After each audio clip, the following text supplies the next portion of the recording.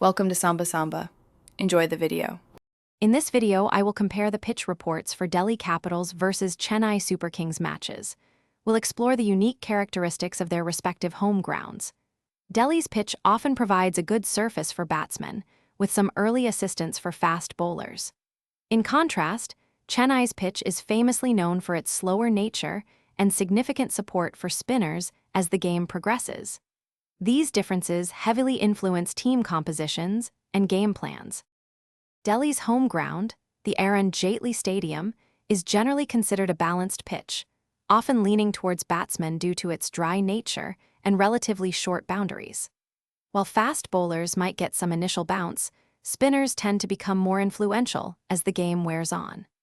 The average first innings score in 2020 matches here is approximately 170 runs, making it a venue where teams aim for competitive totals. Chasing can be tricky as the pitch slows down. Moving to Chennai, the M.A. Chidambaram Stadium, also known as Chepauk, is a spinner's paradise. Its slow and dry surface offers significant turn and grip, particularly as the match progresses. While batsmen can score early, the pitch becomes increasingly challenging for stroke play later on.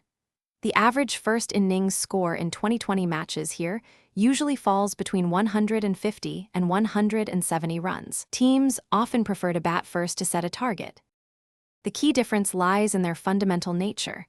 Delhi's pitches are generally more batting-friendly with short boundaries, while Chennai's are slow, dry, and highly conducive to spin. This dictates team strategies, with Delhi often building around aggressive batting and Chennai focusing on a potent spin attack. The toss also plays a vital role.